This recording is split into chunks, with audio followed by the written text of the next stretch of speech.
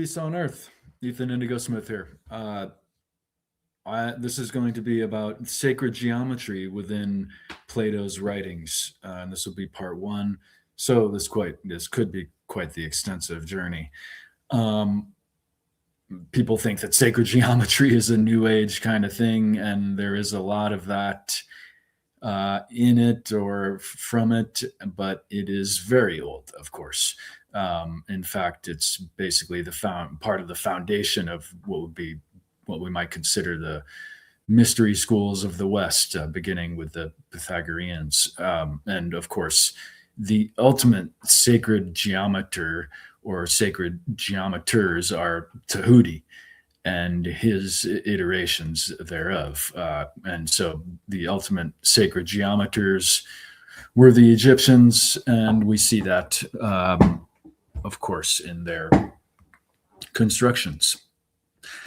This here, I have the Tetractys, and this is one of the most revered symbols of the Pythagoreans. And we see the top point is for this represents the four dimensions of geometry, among many other things. The top point being the point. The next line, we have the 2 points equating to line in geometry. The next line, we have the 3, which are the minimal 3 points, the minimal number of points required for a plane.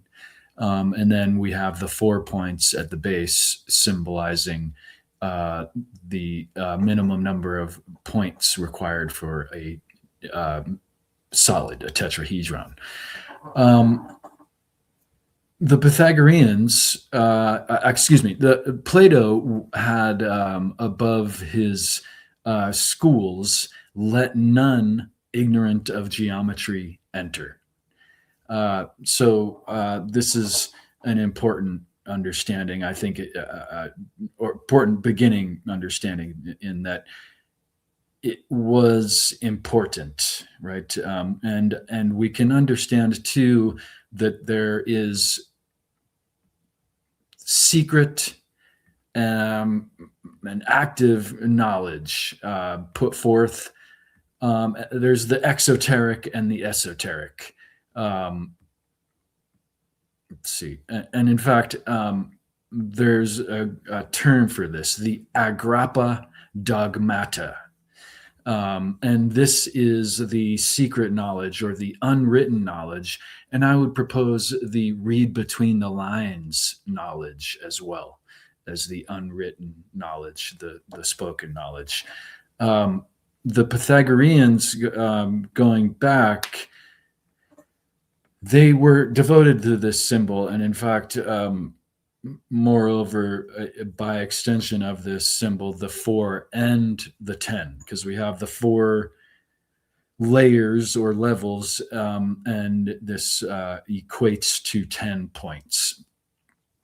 I'll begin with just a couple of Pythagorean ideas. There's these are kind of widely available, even though we have very few Pythagorean understandings. We do have these. This is a prayer of the Pythagoreans, sometimes called the mystic tetrad. Begin. Bless us, divine number, thou who generated gods and men. O holy, holy Tetractys, thou that containest the root and source of the eternally flowing creation. For the divine number begins with the profound, pure unity until it comes to the holy 4. Then it begets the mother of all, the all-encompassing, all compromising, all bounding, the firstborn, the never swerving, the never tiring holy 10, the keyholder of all. And in fact, the Pythagorean oath was centered around the Tetractys. And I'll begin. By this is, I believe it's just a part. By that pure, holy, 4-lettered name on high, nature's eternal fountain and supply, the parent of all souls that living be. By him with faith find oath I swear to thee. The four-lettered name on high. Well, that is, of course, the origin of what in the Bible is termed the Tetragrammaton. And if you look up in the glossary of the Bible of what the Tetragrammaton is, it's Yahweh and it's God. So God in the Bible is the Tetragrammaton. And here we see another presentation of the Tetragrammaton or Yahweh in formation of the Tetractys. And again, there's a lot of different mathematical and metaphysical ideas that come from these shared symbols. And as I explore in my books, the geometry of energy and the fourth initiation, all these ideas come together by way of four, in a sense. And in using the four dimensions as a way of comprehension of different teachings, we can find different ideas come to light. So I think I wanted to read those Pythagorean ideas and the let none ignorant of geometry enter before getting into the discussion presented in the Republic of Geometry, which really, I think this is just my general interpretation, my subjective rather idea, not necessarily with certainty that it's objective, but I think if we use the four dimensions of geometry as a meditation tool, what's being spoken about in the Republic, I think really has a lot of value. So this is book 7 after the Republic. There is essentially the main mentions of geometry.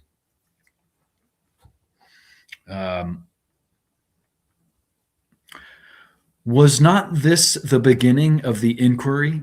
What is great and what is small? Exactly so. And thus arose the distinction of the visible and the intelligible?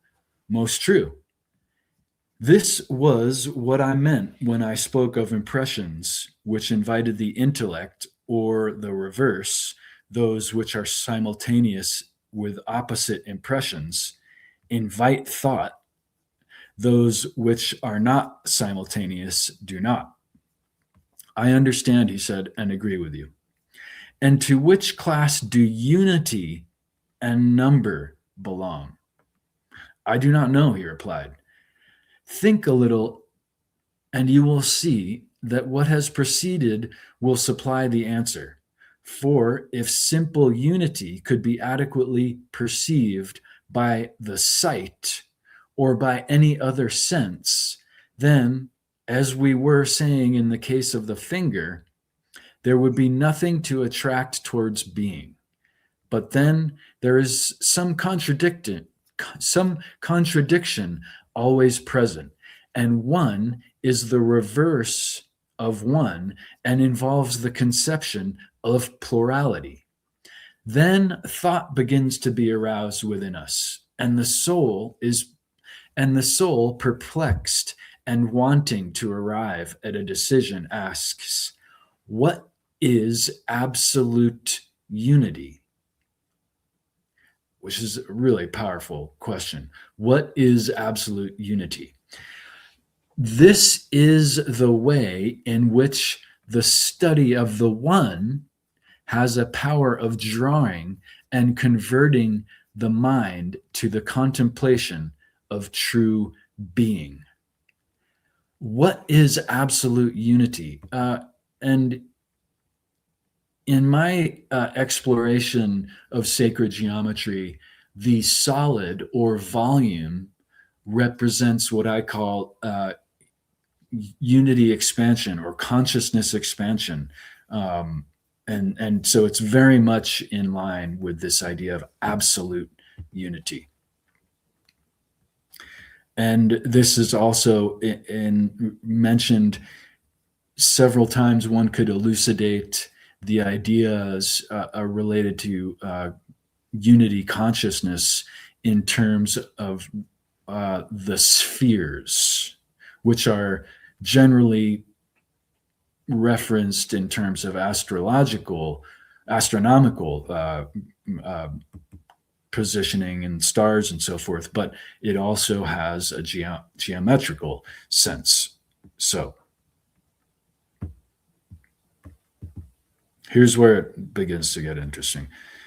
I wanted to just get to keep things a little bit expanded, not just a short quote. Continuing. And surely, he said, this occurs notably in the case of one, for we see the same thing to be both one and infinite in multitude. And that is the geometry of the solid. It can be all things and one thing. So that is the paradox. Yes, I said, and this being true of one must be equally true of all number? Certainly. And all arithmetic and calculation have to do with number? Yes. And they appear to lead the mind towards truth. Now, exoterically, that's pretty simple, but expound on that in an esoteric sense. Continuing. Yes, in a very remarkable manner. Then this is knowledge of the kind for which we are seeking, having a double use. There it is, military and philosophical. For the man of war must learn the art of number, or he will not know how to array his troops. And the philosopher also, because he has to rise out of the sea of change and lay hold of true being. And therefore, he must be an arithmetician. One must come out of the sea of Mara by way of geometry. The suffering of the great ocean of this emotional, tumultuous world. That is true. And our guardian is both warrior and philosopher, which reminds me of Tai Chi and the meditative arts being intermingled with the martial arts. And of course, the Greek systems had this too. Certainly.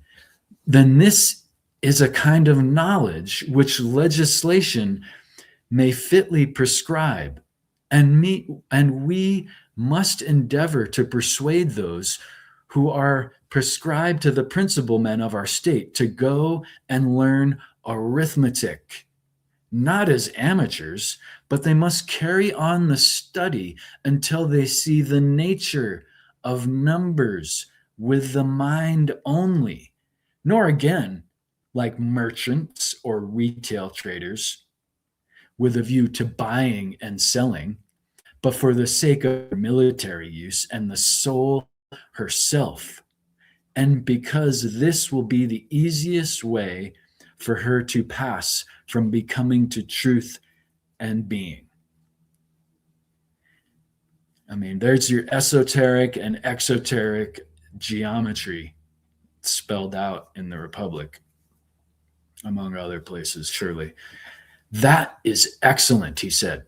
Yes, I said, and now having spoken of it, I must add how charming the science is, and in how many ways it conduces to our desired end, if pursued in the spirit of a philosopher and not of a shopkeeper. Pretty amazing. Continuing. And how do you mean? I mean, as I was saying, that arithmetic has a very great and elevating effect, compelling the soul to reason about abstract number and rebelling against the indoctrination of visible or tangible objects into the argument, which of course is in reference to when I see that here, we got to reference the very nakedly geometry lesson in the Republic of the divided line, containing the four aspects of information, if you will, of understanding the world, which again, we'll have to get into specifically. You know how steadily the masters of art repel and ridicule anyone who attempts to divide absolute unity when he is calculating. And if you divide, they multiply, taking care that one shall continue one and not become lost in fractions. That is very true. Now suppose a person were to say to them, "Oh, friends, what are these wonderful numbers about which you are reasoning, in which, as you say, there is a unity such as you demand, and each unit is equal, invariable, indivisible?" What would they answer? They would answer, as I should conceive, that they were speaking of those numbers which can only be realized in thought. And that's dimensions and numbers can only be realized in thought. That is, I think, possibly a read between the lines suggestion of the four dimensions of geometry and the four dimensions of meditation. Then you see that this knowledge may be truly called necessary, necessitating, as it clearly does, the use of the pure intelligence in the attainment of pure truth. Pure intelligence in the attainment of pure truth? Is this a Buddhist meditation instruction? Continuing. Yes, that is a marked characteristic of it. And have you further observed that those who have a natural talent for calculation are generally quick at every other kind of knowledge, and even the dull, if they have had an arithmetical training, although they may derive no other advantage from it, always become much quicker than they would otherwise have been. Very true, he said. And indeed, you will not easily find a more difficult study, and not many as difficult. You will not. And for these reasons, arithmetic is a kind of knowledge in which the best natures should be trained, and which must not be given up. I agree. Moving on. Let this then be made one of our subjects of education. And next shall we inquire whether the kindred science also concerns us? You mean geometry? Exactly so.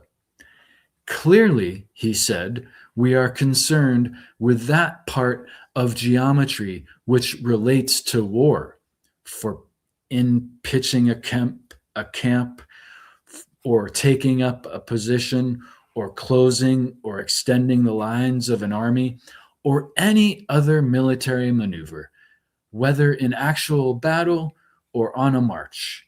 It will make all the difference whether a general is or is not a geometrician. Yes, I said, but for that purpose, a very little of either geometry or calculation will be good enough.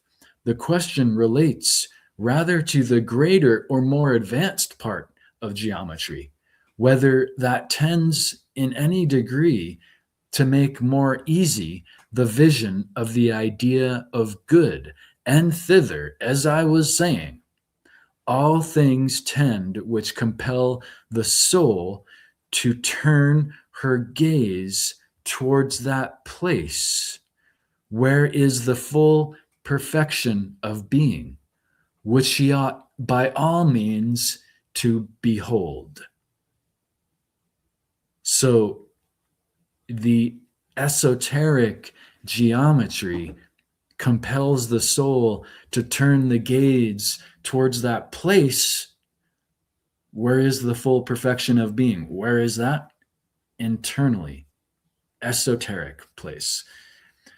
True, he said. Then if geometry compels us to view being, it concerns us if becoming only. It does not concern us. Yes, that is what we assert. Yet anybody who has the least acquaintance with geometry will not deny that such a conception of the science is in flat contradiction to the ordinary language of geometricians. How so? They have in view practice only and are always speaking in a narrow and ridiculous manner of squaring and extending and applying and the like.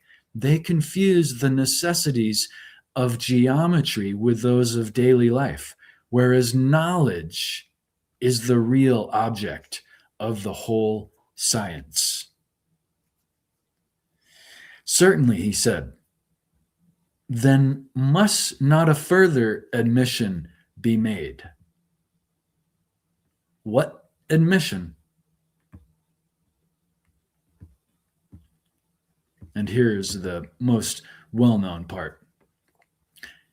That the knowledge at which geometry aims is knowledge of the eternal and not aught perishing and transient.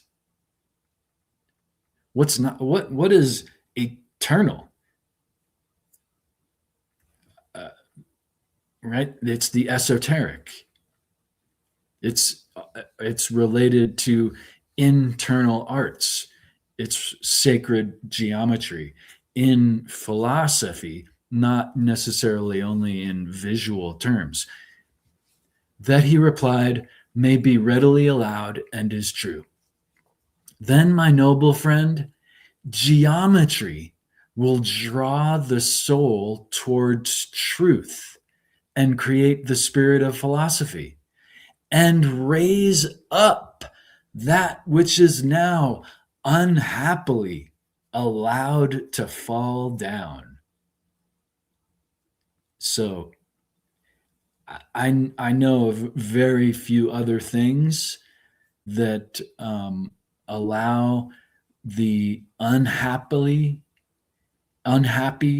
to rise up, meditation being the main one. So I'll just read those last couple bits again because they're so dope. Then that the knowledge at which geometry aims is knowledge of the eternal and not aught perishing and transient. That, he replied, may be readily allowed and is true. Then, my noble friend, geometry will draw the soul towards truth and create the spirit of philosophy and raise up that which is now unhappily allowed to fall down. Nothing will be more likely to have such an effect. Nothing? Like meditation? Then nothing should be more sternly laid down than that the inhabitants of your fair city should by all means learn geometry. Moreover, the science has indirect effects which are not small. Of what kind, he said. There are the military advantages of which you spoke, I said, and in all departments of knowledge, as experience proves, anyone who has studied geometry is infinitely quicker of apprehension than one who has not. Yes, indeed, he said, there is an infinite difference between them? Infinite. That also is suggestive of internal arts. Then shall we propose this as a second branch of knowledge, which our youth will study? Let us do so, he replied. And suppose we make astronomy the third. What do you say? I am strongly inclined to it, he said.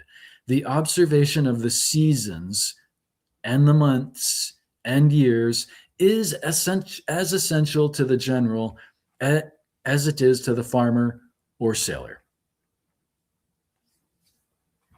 I am amused, I said, at your fear of the world, which makes your guard against the appearance of insisting upon useless studies. And I quite admit the difficulty of believing that in every man there is an eye of the soul, which by other pursuits lost and dimmed, the eye of the soul. That's a point. The eye may very well be symbolic of a spark. When by other pursuits lost and dimmed, is by these purified and re-illumined, and is more precious far than 10,000 bodily eyes, for by it alone is truth seen. Now there are two classes of persons. One class of those who will agree with you and will take your words as a revelation. Another class to whom they will be utterly unmeaning and who will naturally deem them to be idle tales. For they see no sort of profit which is to be obtained from them. And therefore, you had better decide at once with which of the two you are proposing to argue. You will very likely say with neither, and that your chief aim in carrying on the argument is your own improvement. At the same time, you do not grudge to others any benefit which they may receive. Okay, we're finishing up here. Gonna wrap up here as the conversation begins to transform into the cosmic and the astronomical. I think that I should prefer to carry on the argument mainly on my own behalf, then take a step backward, for we have gone wrong in the order of the sciences. What was the mistake, he said. After plane geometry, I said we proceeded at once to solids in revolution, instead of taking solids in themselves, whereas after the second dimension, the third, which is concerned with cubes and dimensions of depth, ought to be followed. Well, I mean, he's literally saying we need to follow the system in point, line, plane, and solid, and then leading into the cosmic, the astronomical. That is true, Socrates, but so little seems to be known as yet about these subjects. Why, yes, I said, and for two reasons. In the first place, no government patronizes them. This leads to a want of energy in the pursuit of them, and they are difficult in the second place. Students cannot learn them unless they have a director. That's very much like the transmission of meditation from student to guru. But then a director can hardly be found. It's hard to find a good teacher. But more importantly, be a good student, and the good teacher will come about. But then a director can hardly be found. And even if he could, as matters now stand, the students, who are very conceited, would not attend to him. That, however, would be otherwise if the whole state became the director of these studies and gave honor to them. Then disciples would want to come, and there would be continuous and earnest search. and discoveries would be made, since even now, disregarded as they are by the world, and maimed of their fair proportions. And although none of their votaries can tell the use of them, they still these studies force their way by their natural charm, and very likely, if they had had the help of the state, they would someday emerge into the light. I mean, when you look at that paragraph in terms of meditation, it totally describes the situation of materialists, uh, you know, gross pursuits and higher modalities, higher thinking, internal lessons. Yes, he said, there is a remarkable charm in them. The charm idea is really interesting, because no matter what, if you meditate 20 minutes a day, it's like no matter what, if you run 20 minutes and keep going, you get a runner's high. It's basically no matter what, you will get the charm. Yes, he said, there is a remarkable charm in them, but I do not clearly understand the change in the order. First, you began with the geometry of plane surfaces? Yes, I said. And you placed astronomy next, and then you made a step backward. Yes, and I have delayed you in my you yes, and I have delayed you by my hurry. The ludicrous state of solid geometry, which in natural order should have followed, made me pass over this branch and go on to astronomy, or motion of solids. True, he said. Then, assuming that the science now omitted would come into existence if encouraged by the state, let us go on to astronomy, which will be the fourth. The right order, he replied.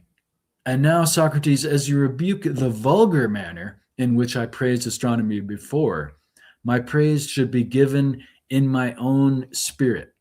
For everyone, as I think, must see that astronomy compels the soul to look upwards and leads us from this world to another. And that's a beautiful reference, beautiful idea. I'll end the next little bit here. Everyone but myself, I said. To everyone else, this may be clear, but not to me. And what then would you say? I should rather say that those who elevate astronomy into philosophy appear to make us look downwards and not upwards. What do you mean? You, I replied, have in your mind a truly sublime conception of our knowledge of the things above. And I dare say that if a person were to throw his head back and study the fretted ceiling, you would still think that his mind was the percipient, not his eyes. And you are very likely right. And I may be simpleton, but in my opinion, that knowledge only which is of being and of the unseen can make the soul look upwards. And whether a man gapes at the heavens or blinks on the ground, seeking to learn some particular of sense, I would deny that he can learn. For nothing of that sort is a matter of science. His soul looking downwards, not upwards, whether his way to knowledge is by water or by land, whether he floats or only lies on his back. Which again, all of that beckons to the idea of the internal arts, the meditation idea, the sacred geometry of meditation. So, wow, that was half an hour. Thank you so much for listening, and I appreciate everyone. If anyone would like to offer any input in regards to this subjective idea that I think is very much within Plato's teachings of the what I term the geometry of energy, the four dimensions of meditation, or the four dimensions of energy. Please check out my book, The Geometry of Energy: How to Meditate. And the fourth initiation is also related. And again, any input would be tremendously valuable and insightful. I will be making more of these in soon, in a short time. So peace on earth. Thank you for your support.